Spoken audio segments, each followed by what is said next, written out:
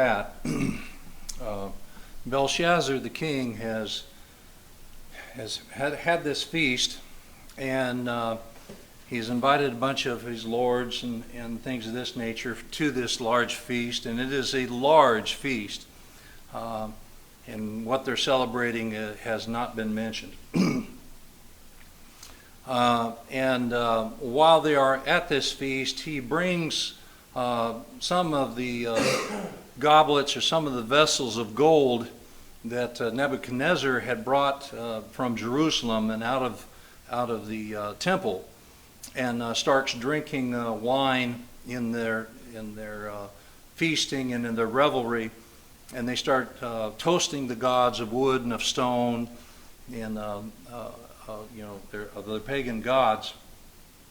And while they're doing this, a part of the hand, begins to write upon the wall, upon the plaster wall, and writes some words, mene, mene, tekel, parsons or paries.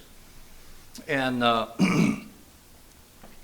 the king, as he sees this part of the hand that writes upon the wall, it frightens him to the point that his joints become loose and his knees begin to knock together. He is so frightened. And so he calls for his wise men, his soothsayers, his astrologers, and things of this nature to come and tell him what this writing means. And they can't answer the question. And then an individual comes and tells him that there is someone that is known throughout the kingdom for being able to answer these types of questions, and that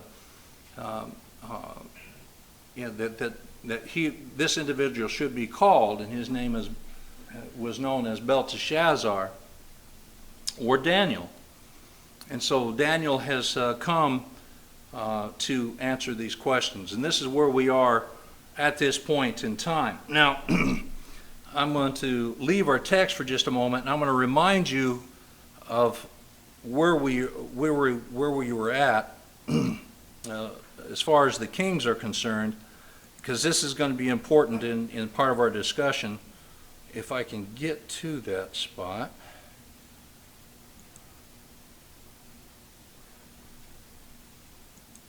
Is this the right? No, that's not the right place to put it.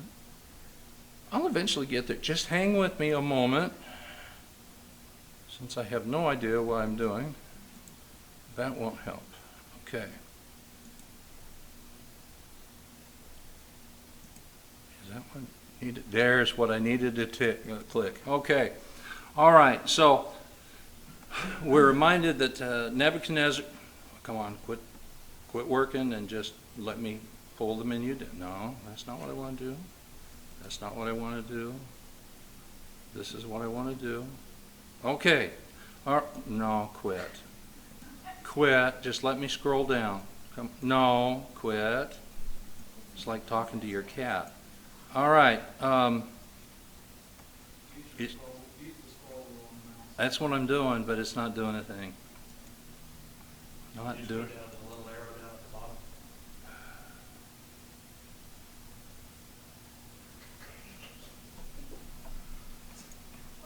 So that's not working, and I can't pull this, and I can't pull that down. There ought to be a way to do this, but it's not letting me. Just click within the document and use the actual arrow key.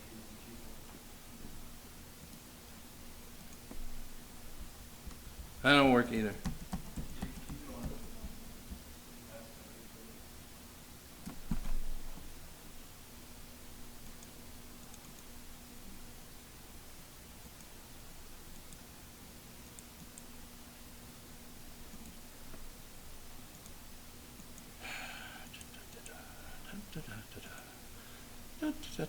It was so easy when I had my computer.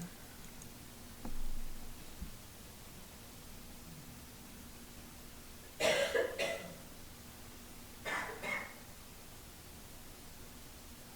not doing a thing. Not doing a thing. Can't arrow down. Can't go down. Why is this doing this to me?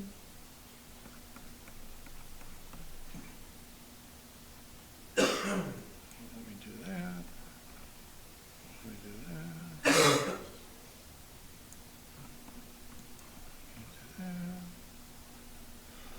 Okay, well, you're not going to be able to see that. So the kings, as it is, was Nebuchadnezzar, and then his son, Evil Merodach, was the next. And then there was Neriglasser, and then there was an infant son of Labashi Marduk. And then we talked about the fact that Labashi Marduk died mysteriously, and it is thought that Nabonidus, the next king, which was a Babylonian king,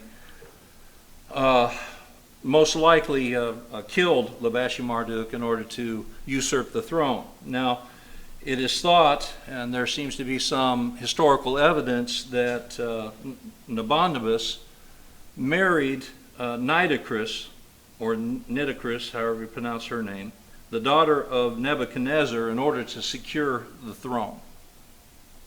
Okay. And then his son, Belshazzar, was his co-regent. And that is who we're talking about in chapter 5, is Belshazzar.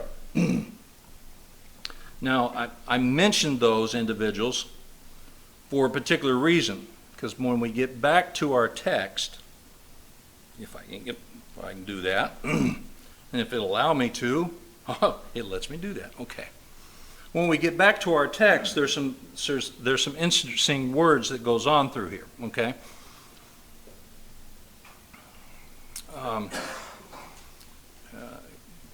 Earlier it says,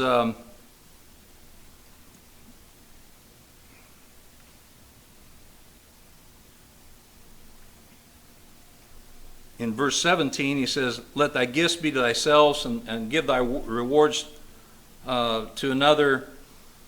Yet I will read the writing unto the king, and make known to" who? Him.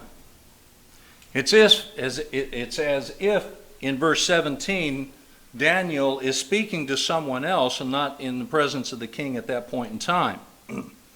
It's as if an envoy has come to him and asked him to come and speak to the king and interpret the dream. And Daniel says, "Yes, I'll come and I will come and do that," at verse 17. "And I will make known to him the interpretation," as if he is speaking to the envoy rather than the king himself. But by the time he gets to verse 18, he is in the presence of the king, and he is speaking directly to the king himself, because he goes on, "O thou king, the most high God," and he goes on and speaks, as if he's now in the presence of the king. So he agrees in verse 17 to interpret the writing, and then verse 18, now he is in the presence of the king himself. It just seems to read that way. It may not be that way, may be just the way the text is interpreted, but it just seems to read that way. But however it went. Now, as far as the queen is concerned, that came and speaks of Daniel in verse 10. Now the queen, who is this queen? There are several individuals that this possibly could be. If it be true, and like I said, there are several historians that believe it is true, that Nabonidus married Nitocris, the daughter of Nebuchadnezzar. Who could this queen possibly be? Could this queen possibly be the wife of Nebuchadnezzar? The queen grandmother? Or could it be the queen mother? Is this the mother? Is this Nitocris? Is this the mother of Nabonidus? Nitocris is actually the mother of Belshazzar. And now can you see the connection? Do you not think that she would be well aware of Daniel? Do you not think that with all of the connection that there was with Daniel and Nebuchadnezzar, that his daughter would not know Daniel? Have firsthand knowledge of Daniel? He was an individual who was in the household, who was trusted in the kingdom of Nebuchadnezzar. So don't you think Nebuchadnezzar's daughter would know a lot about this Daniel and how trustworthy he would be? So if it was either one of these women, don't you think they would have some firsthand knowledge about this Daniel? And why is it that they go from calling him Belteshazzar, which the whole kingdom would know Belteshazzar, they would use that Babylonian name. He would be famous as Belteshazzar, because when he would go about doing his Babylonian duties, they would call him by his Babylonian name. But because of the respect that Nebuchadnezzar has for Daniel, he would not want to offend Daniel. Just as we saw in the last chapter, he begins to call Daniel by his Jewish name, Daniel. And so she calls him by his Jewish name, Daniel, just as Belshazzar, wanting to gain his favor so he would interpret what's the handwriting on the wall, also calls him by his Jewish name, rather than his given Babylonian name. There's some interesting things going on here, do you not think? Belshazzar is not trying to lord it over him by calling him by his Babylonian name, as if you will come to me and you will interpret the dream. He is asking for his help.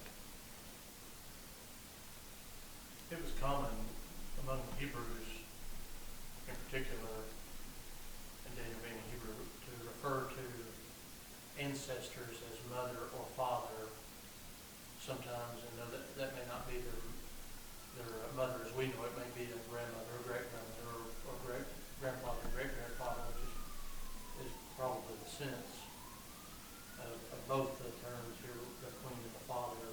And that is correct. This term of father here, your father, literally means ancestor or predecessor, and it doesn't necessarily have to have it doesn't have to be used in a context of it being a blood relative, and it doesn't need to be someone that was close to you.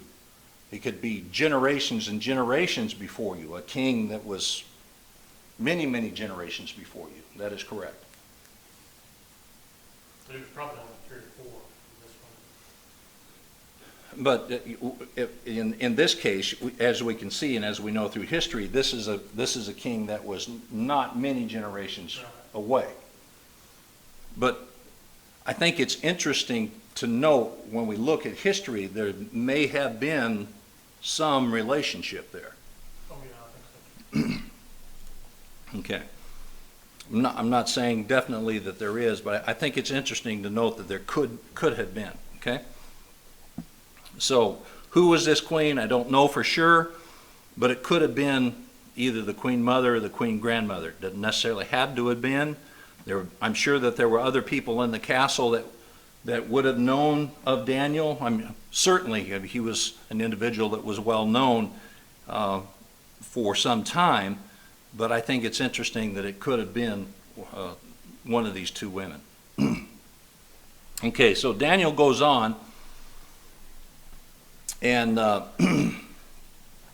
in verse 18, and again he uses this term, thy father. He tells him about his his father, and he says, the Most High God. Again, he doesn't mince any words. He just goes right into what the interpretation is. He doesn't seem to have, he doesn't try to buffer it. Like in the last chapter, Daniel tried to buffer the statement a little bit by saying, I wish this didn't apply to you. I wish this applied to your enemies. Now, he didn't cushion the blow of what he had to say, but he did try to preface it by saying, I wish this didn't apply to you. He doesn't do this time. He just lets him have it full force. Okay? He says, Thou, O king, the Most High God, gave Nebuchadnezzar thy father a kingdom, majesty, glory, and honor. And for the majesty that he gave him, all people, nations, and languages trembled and feared before him. So Nebuchadnezzar was an individual that was to be feared, to be reverenced, to have a great deal of respect for.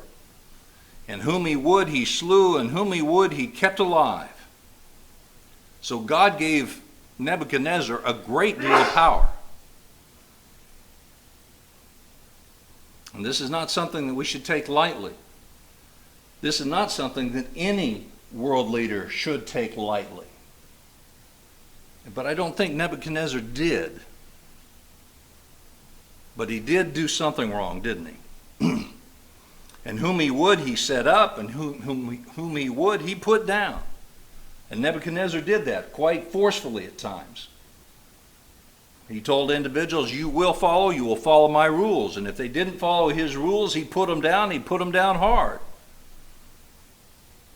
Okay? But, remember we've said this many times, there was that important word but. God puts limitations on things, doesn't he? But when his heart was lifted up,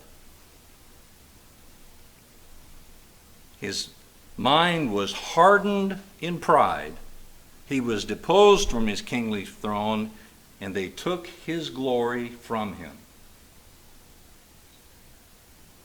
And that's what we talked about in the last chapter. How far could a man fall from as much glory and power as Nebuchadnezzar had, to the point that he was grazing grass in the back pasture? That's about as far as you can fall from one end of the spectrum to the other. And he was driven from the sons of men, and his heart was made like the beast, and his dwellings with the wild asses, and they fed him with grass like oxen, and his body was wet with the dew of heaven, till he knew that the Most High ruleth in the kingdom of men, and that he would appoint it, and he appointeth it over whomsoever he will. So who's in charge?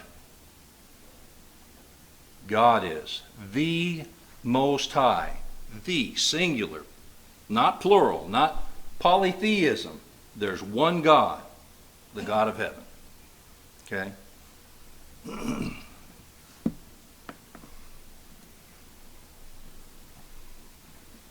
All right. Verse 22, now we get to the point. And thou, his son,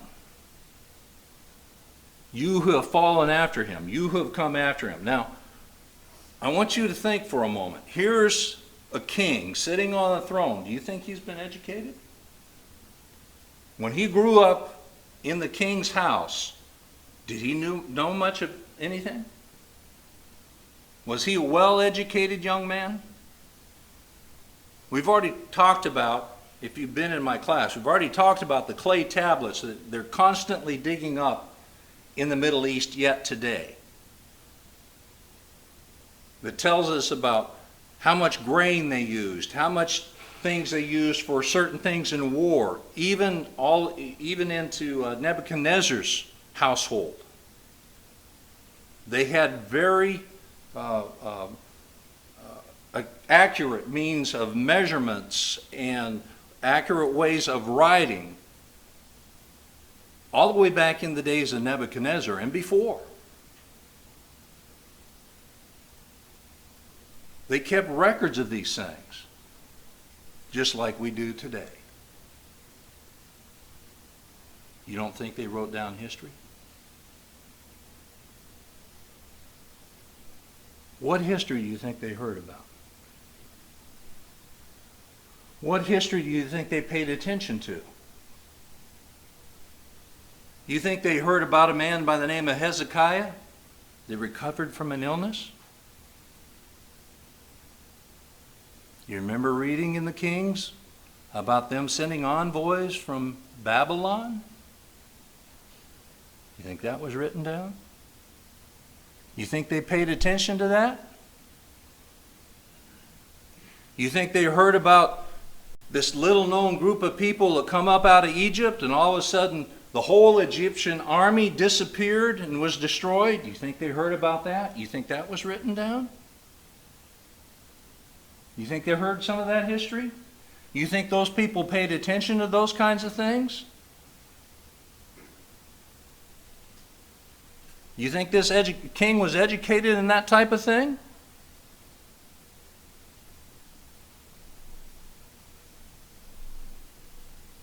Every nation. What happened there?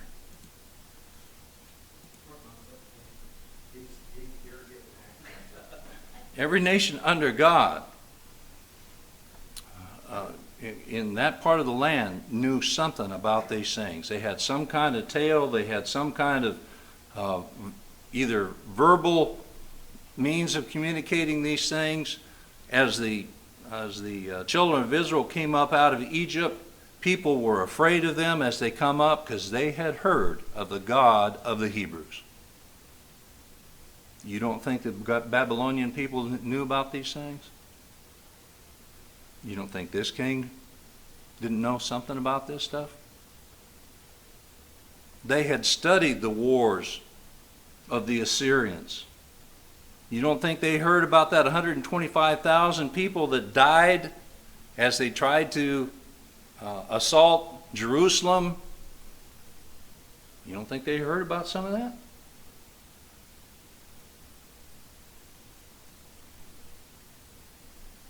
These things have been written down. They were written down a long time ago.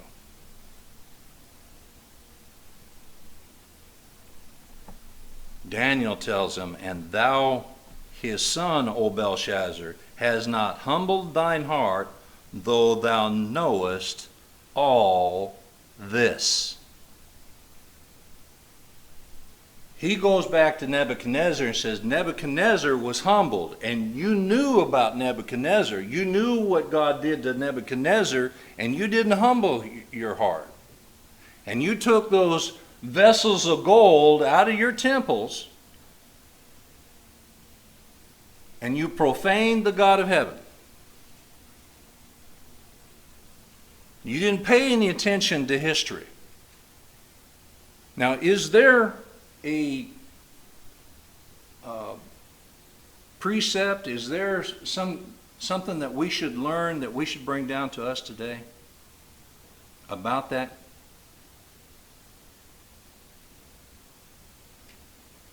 If you look in, somebody look in John chapter 5, verses 39 through 46.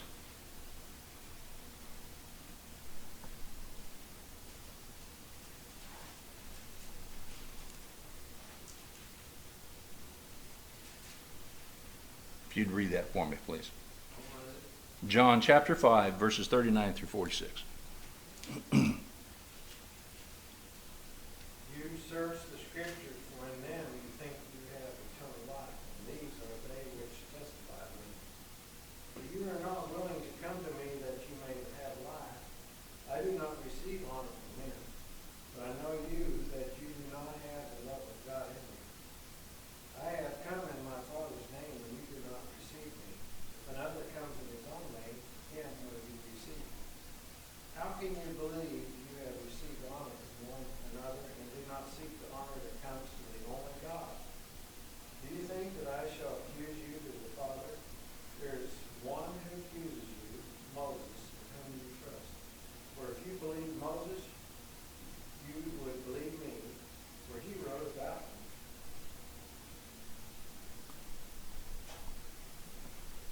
Isn't there something they should have learned from the Old Testament? Wasn't there enough evidence in the Old Testament they should have recognized Jesus? They should have learned from the past, shouldn't they? But they didn't learn from the past. We need to know the lessons of the past in order to know where we're headed today, don't we? Doesn't God expect us to learn those things? Isn't that part of the lesson that we're supposed to learn here? God expects us to learn from those things. And He holds us accountable for those things, doesn't He? Just as He's holding this king accountable for not knowing or not acting correctly for those lessons that he should have learned from the past. If we don't learn from those things, God's going to hold us accountable. Somebody read Matthew 22, 29 through 32.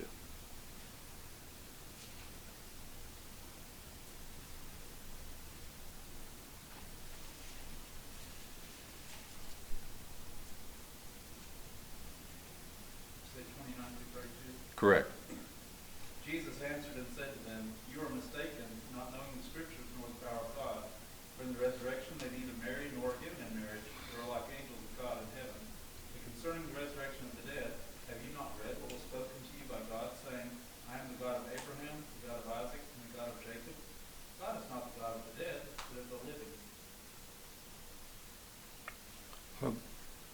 Jesus makes an argument with the Sadducees about the resurrection of the dead. And he tells the Sadducees that they don't know the Holy Scriptures nor the power of God. And so he is rebuking the Sadducees for not knowing the Old Testament Scriptures, right? They are on the wrong side of the argument about the resurrection of the dead because of what? Ignorance. God expected them to know the Old Testament and therefore be able to know that there is such a thing as resurrection of the dead. So if we are in the same shape, God expects us to know certain things, doesn't He? Because they are taught from the past. He expects us to know those things. So if we don't learn those lessons from the past, we are going to pay in the future, will we not? Jesus made an argument just simply on the tense of a verb. I am the God of Abraham, of Isaac, and of Jacob. Just on the tense of the verb. God is not the God of the dead, but of the living. Those individuals at the time that word was spoken were in their grave, but that didn't mean they ceased to exist. That's what Jesus' point was. But they hadn't considered the facts, had they? But the point really, truly is they hadn't looked at the lessons of the past. God expects us to understand those lessons of the past and live accordingly in the future. Just as this young man had not humbled himself as he should have and understand the God of heaven was somebody to be feared and revered. And there's a lot of people today that are in that same boat.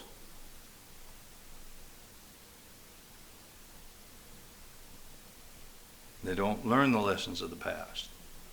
They don't look at facts. They don't weigh evidence.